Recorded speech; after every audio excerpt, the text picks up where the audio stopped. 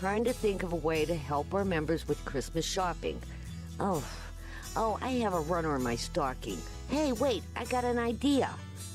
Let's give our members the opportunity to sock away some cash this time of the year by stuffing their stockings. Get it?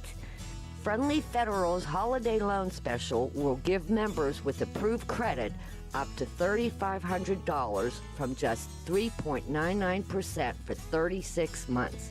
That's plenty of cash to stuff any pair of socks or stockings, with or without runners. It's truly a way to sock away some cash. Visit Friendly Federal Credit Union, member NCUA, equal housing lender.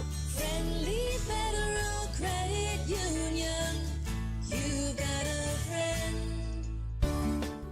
Welcome to the Best of Beaver County, presented by St. Barnabas, a weekly segment dedicated to putting the focus on the amazing things and the amazing people behind them in Beaver County. The Best of Beaver County is sponsored by and content is provided by St. Barnabas.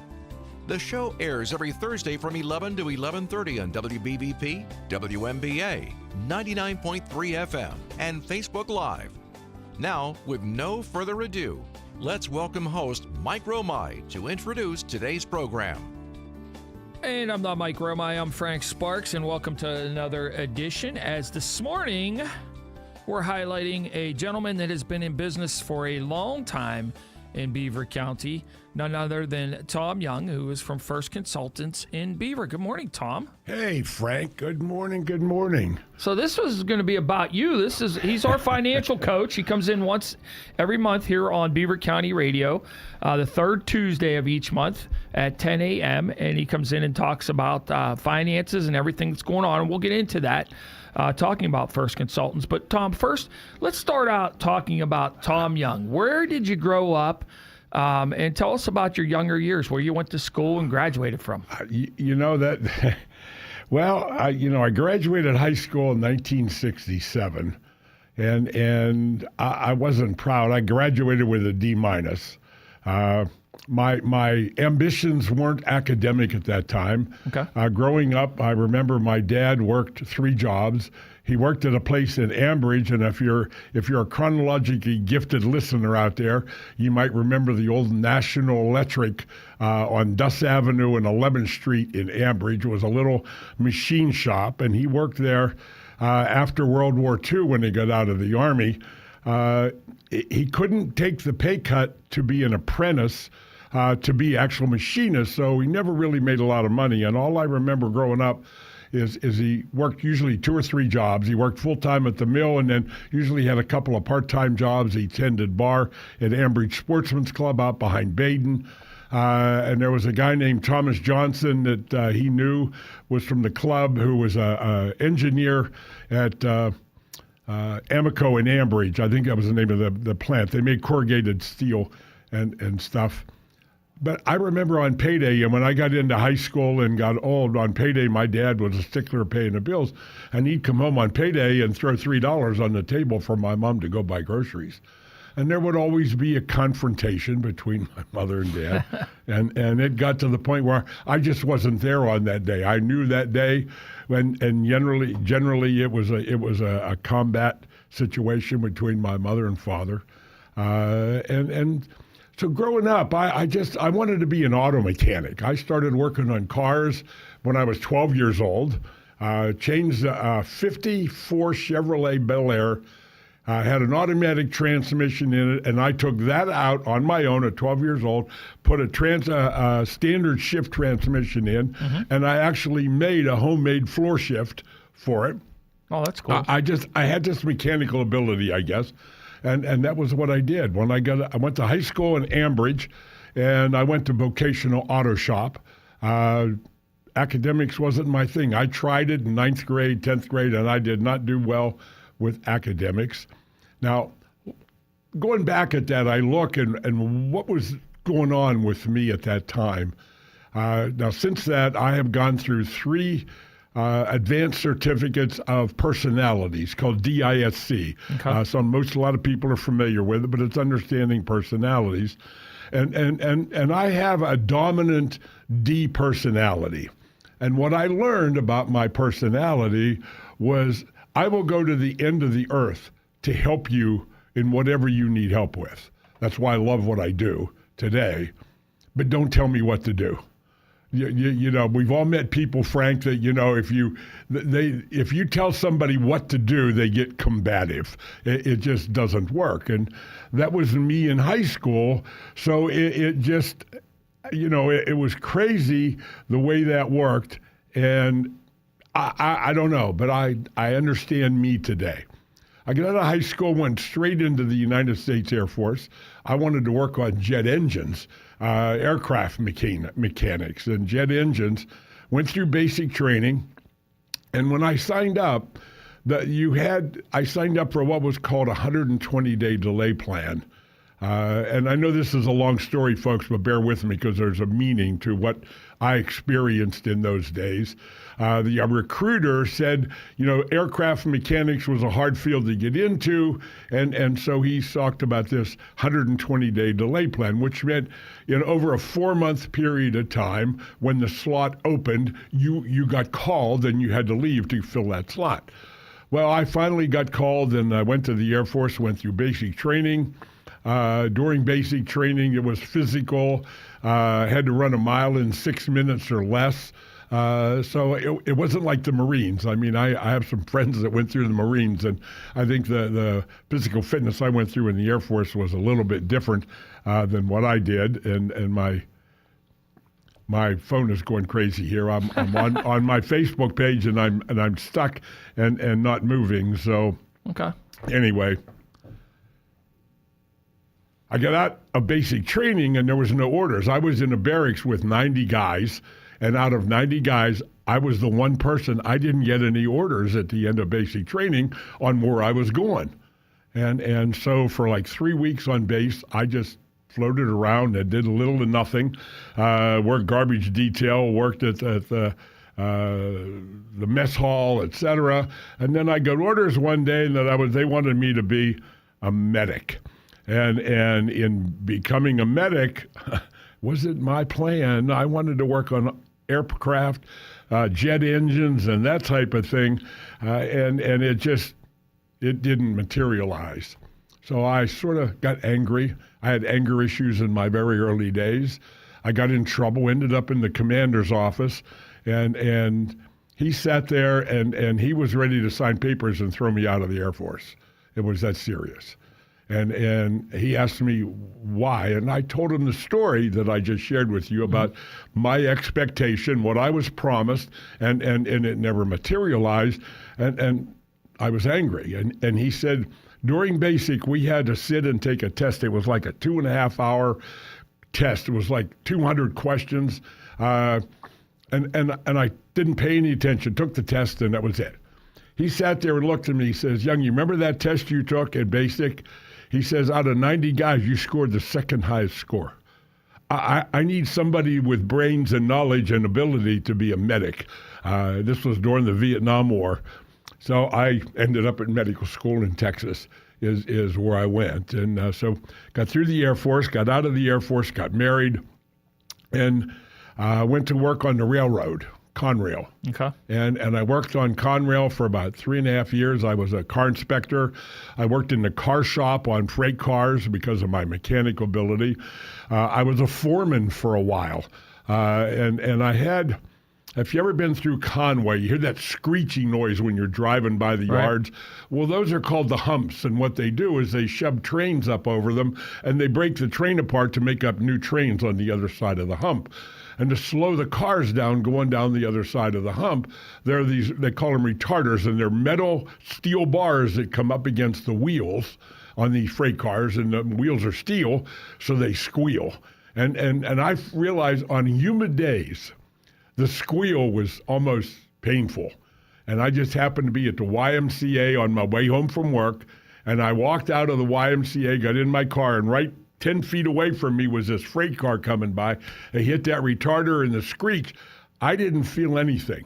But by the time I got home, I was 100% total deaf in my right ear. I could hear nothing. Oh, wow. And so I ended up going to the doctor, and they told me I couldn't be around noise. I had to wear headphones, which is a rule on the railroad at that time, because the roller-bearing freight car wheels, you didn't hear them, so you could get killed very easily if you were standing in the wrong spot. You don't hear the cars. I was out of work for like 6 months and then went back, and because I turned in that claim, I lost my foreman's job. I didn't go back as a foreman and blah, blah, blah.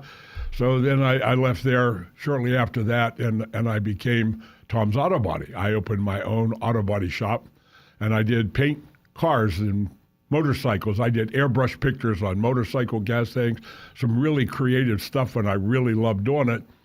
But after about 2 or 3 years of that, I realized as a hobby, it was fun, Frank. Right. But when I had to do it 10, 12, 14 hours a day to make a living at it, it got old. Yeah. And the Lord above, I swear, he sent this guy named Ketter in my garage one day, and he wanted to buy my garage. And I said, what are you offering? He said, X. And it was more than I would have asked for the garage. Okay, it was more than I paid for the building, and on and on. So I sold the building, and then in my mind, being Milltown mentality, I mean, that was the way I grew up. Right. I wanted one of those good jobs in the mill, security, working in the mill. Gotcha. And I went and applied for a job at Pittsburgh Collapsible Tube up in Rochester at that time. Mm-hmm. When I had my garage, I belonged to the Chamber of Commerce, and I knew all these guys and people that own businesses, and I went for an interview to get a job at this place. And he looked at me, and he knew me. He said, Tom, he says, I'm not going to hire you. He says, down there in the shop, I have no doubt in my mind, you could go down there and do any job down there better than the guy that's doing it down on the floor. But he said, you've been self-employed for 3 or 4 years. You ain't staying. You're going to be here for 4 months or 6 months and realize this isn't what it's about, and you're going to be gone. So I'm not going to hire you. And that just stuck in my head. And then I ended up sucking up, and I went to work at Beglin Ford. Okay. I started as the lowest paid guy. A year later, I was the highest paid mechanic in the shop, and I did automatic transmission repair and rebuild. 1 year to the day, I left there and went to work at Prudential Insurance Company, selling insurance door to door. How'd that come about? How'd that come about? How did you end up even going to Prudential? It was funny because I had bought life insurance, a family plan when we got married, which covered me, my wife, and any babies that come along. We had found out through fraternity doctors was not likely we were going to have any kids, and we had one daughter, but it was after 15 years of marriage, and that's another story I can't tell on the radio station. And so I called this guy up who was supposedly my wife's family insurance agent from Keys Rocks, because she was from Pittsburgh. Okay. He come to the house with his sales manager, and they led me to believe that I had this family policy, and I didn't want the family policy because we weren't going to have kids. I wanted a policy, and I wanted enough insurance to cover the mortgage on the garage. Now, this was before I sold the garage. And so he alluded that I couldn't own more than one policy. And then he told me a story. He says, I'm getting ready to retire, and we need to pay this premium on this existing policy 3 more months. And when you replace a policy, I'll explain this in a little while, but it's a 3-month replacement rule. If I'm an agent and I replace a policy within 3 months with the same company, I don't get any commissions. So he needed me to pay the policy. My old policy was going to be canceled 3 months. And then he told me, so you don't have to pay anything. It'll take care of itself. So in effect, he stole my cash value that I had in the policy, used my cash value to pay those 3 months premiums. So on the new policy he was selling me, he could make a commission. So that was my introduction to the insurance business. Okay. And a few months later, I got a phone call, and it was a guy. He said, I'm an investigator. And he says, there's nothing wrong. He says, we just call people up sometimes and ask, you bought a new policy at the same time you dropped an old policy. And I told him this story that the agent had told me. He says, Mr. Young, I think we need to get together and talk. So the company reversed everything, gave me my money back, and blah, blah, blah. And next thing I know, there's a guy named Don Workley sitting at my kitchen table. He was the sales manager in the Beaver Valley here at Prudential, and he convinced me that I would be good at this. Now, I worked at Beglin Ford at that time, and I didn't have dress clothes, Frank. You ever imagine January, and I've been working under a car all morning, transmission, and I got red juice from the transmission spots on my coat, and that's what I looked like when I went to the Prudential office. Went to the Prudential office, and the manager, he was very cordial and very nice, and Joe Stratico was his name. I sat there, and he said, you got to take a test. And I said, okay, give me this paper. It had 28 questions on it. So I sat there in front of him, and I answered all the questions. I handed it back to him, and he said, how did you do this? And I said, do what? He said, I've been a manager for 30 years. He says, no one ever got all 28 questions correct till today. You did. Now, the reason I share that is because that was the beginning of me starting to understand that I could be more than I thought I was. Right. Growing up, academics being some profession that was never in the works. Mm-hmm. And now all of a sudden, it's proved that the test in the Air Force and now this incident convinced me that I was maybe, I had something. Right. I went to work at Prudential in the first year. I led the 60-man office. They made me a sales manager. We took over a staff that had 7 guys on it, and we were 88 ranked out of 95 stabs in the region, so we were on the bottom. 10 months later, we were ranked 10th. I worked every day with every agent. Now, the bad thing was I would go out with you one night, and you wouldn't go out any more nights. You only went out because I made you go out with me. Mm-hmm. I made those 7 guys a lot of money when I did that, but at the end of the year, I realized that, and I went back to being an agent in sales. And that third year with the company, I ended up 86 in the company out of 25,000 agents. Wow, that's awesome. And I started to analyze, and because I had 3.5 years of being self-employed, I looked at myself and I says, what they're telling me to tell my clients, I couldn't do for me. So I had to leave, and I had to go on a search, and that was why I left. And I went on a search, and I met some great people in my career that led me down a road to where I am today. Now, there's been a lot of bumps along the road. So where did you start First Consultants at? When did that come about? Well, First Consultants started in 1999. Okay. I had went through a lawsuit. I was sued by a client back in the late 80s for $800,000. Now, long story short, the client was referred to me by my CPA's son, who worked in his father's office, who didn't even have a college degree in accounting.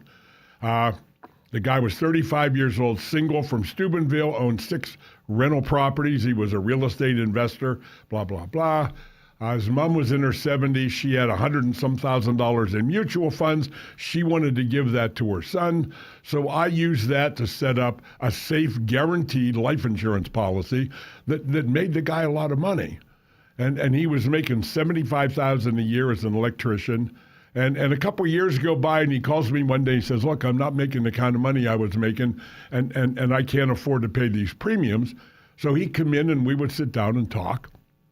And I'd say, well, you have 2 choices. We can either reduce the policy, and you don't lose anything, or we can pay the premium by loan for a couple months because there's a lot of money in the policy. Mm-hmm. We'd accumulated a lot of capital. I says, the question is, are you going back to making a big income again, or are you going to be in this lower bracket? He said, no, I'm going to make a lot of money. So a couple months, we paid the premium by loan. And over the next 2 years, he was in my office probably 4 or 5 times, the same story. And then all of a sudden, he didn't come around.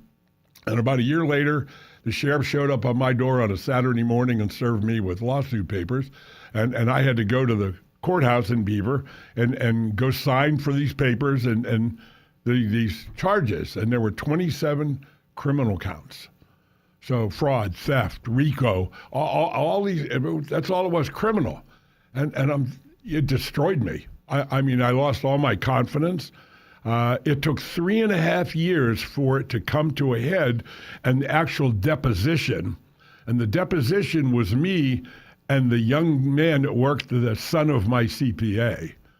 And what came out of that is they were running tax credit program. In other words, getting you into an investment that gave you tax credits. Gotcha. And the investment this guy was in, you had to make $200,000 a year, 2 years in a row, or have $1 million in net worth to get in it. He didn't have either of those. However, every one of those programs had 35 openings for somebody to get in if they had an advisor to sign off. Somebody that was a qualified advisor, financial advisor. Well, the young kid with no credentials, he signed the guy's paper. I had a copy of that paper because when people come to see me, I get all the documents. I want to know everything about them so I can do my job the best I can. And so I was released from the lawsuit. If you go to FINRA and check on your agent, that's the only thing that's in my record for 49 years. And it was a global settlement. So they paid the attorneys. There was no wrongdoing. There was no charges against me, no fines or fees or I had to pay. And the E&O insurance paid all the attorneys. That was the global settlement. All right. So let's take a break and we'll come back and I'll come to where we are today. All right. Tom Young is our best of this month, or this week here on Beaver County Radio. We are going to take a short break. We'll be right back. Let's face it, work is a large part of your life. Why not choose a job that allows the opportunity of a fulfilling career working with people who appreciate you? St. Barnabas Health System is looking for extraordinary, service-minded people to join our team. Earn and learn with career opportunities on our clinical, housekeeping, and food service teams. For more information and to apply, visit stbarnabashealthsystem.com or call 724-444-JOBS. Jobs that are apart from the ordinary. Find them at St. Barnabas Health System.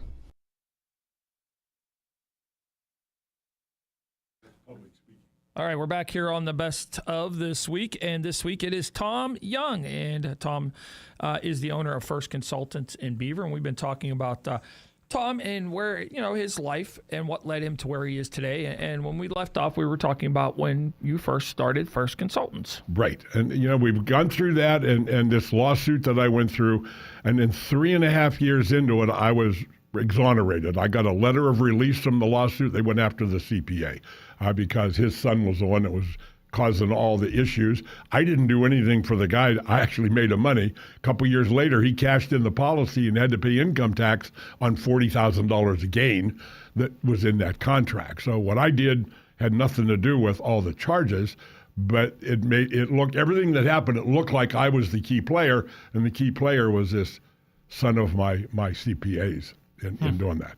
Okay. Well, I found myself $500,000 in debt because 3.5 years of not selling anything, I was scared. I figured my life was over. I joined the Amway business and reached the direct distributor level there.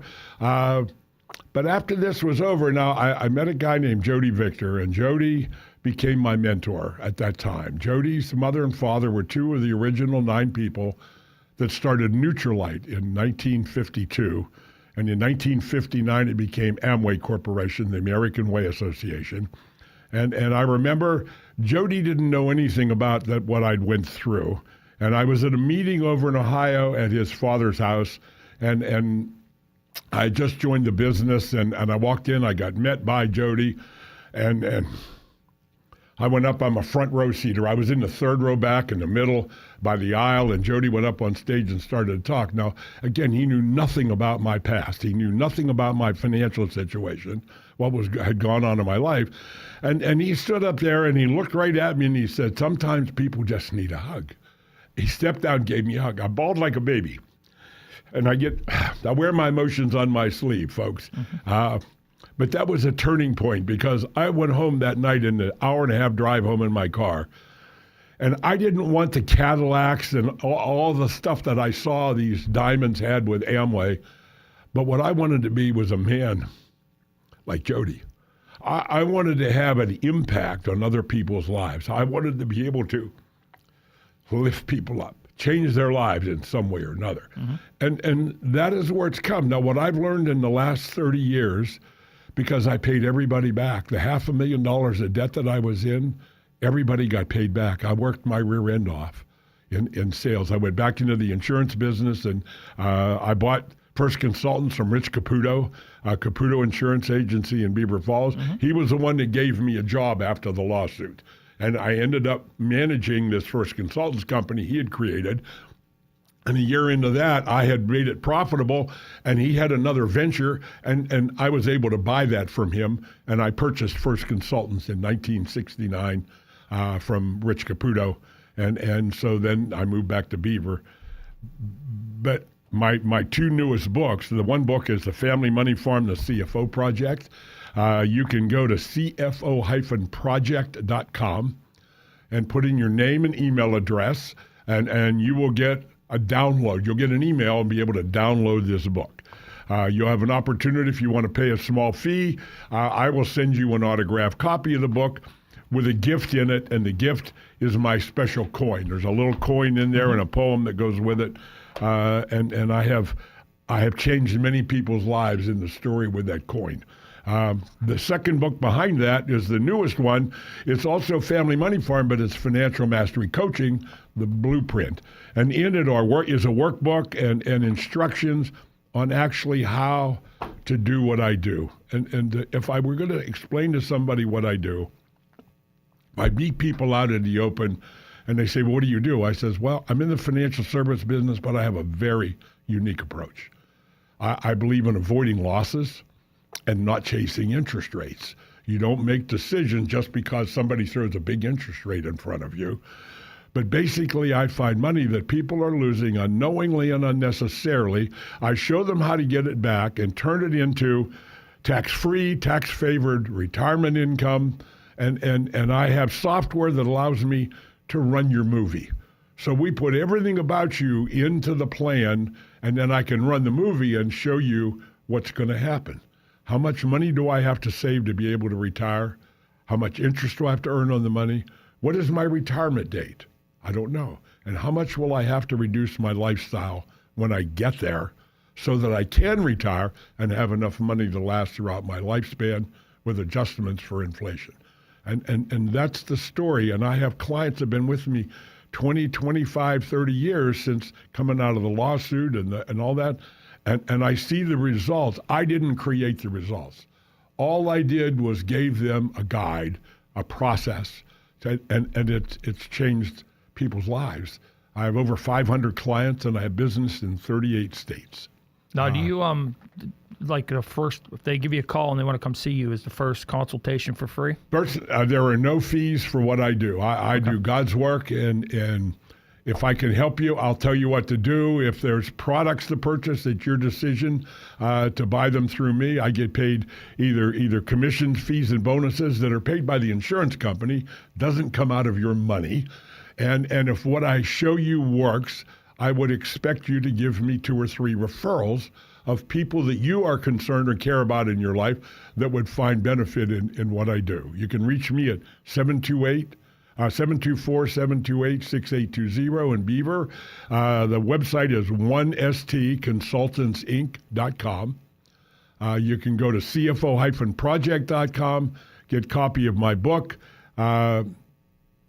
a small fee, and I'll mail you an actual copy of the book signed by me and a gift with the book. And in there, you actually get both of these books.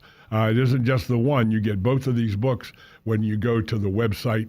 And the second book was an e-book for a long time, and this past year I published it, and so it is now an actual book.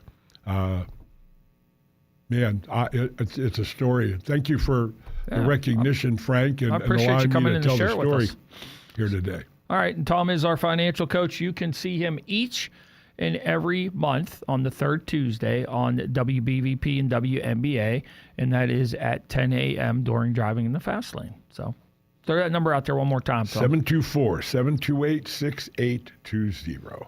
You go to the website, firstconsultantsinc.com, and go to my bio. My whole story is in the bio, and in the introduction in the book, there's a story about some of the stuff I talked about today. How did I get to where I am? All the experiences in our lives are the things that bring us to the point where we are in our lives. And our responsibility is to be a good example for those that come behind us. Perfect. Thank you, Tom. Thank you, Frank. Tune in again next week as best will be none other than Kevin Camp, the new owner of Beaver Super. We'll have more next Thursday at 11 a.m. here on WBVP and WNBA. Thank you for listening to the Best of Beaver County. St. Barnabas is pleased to have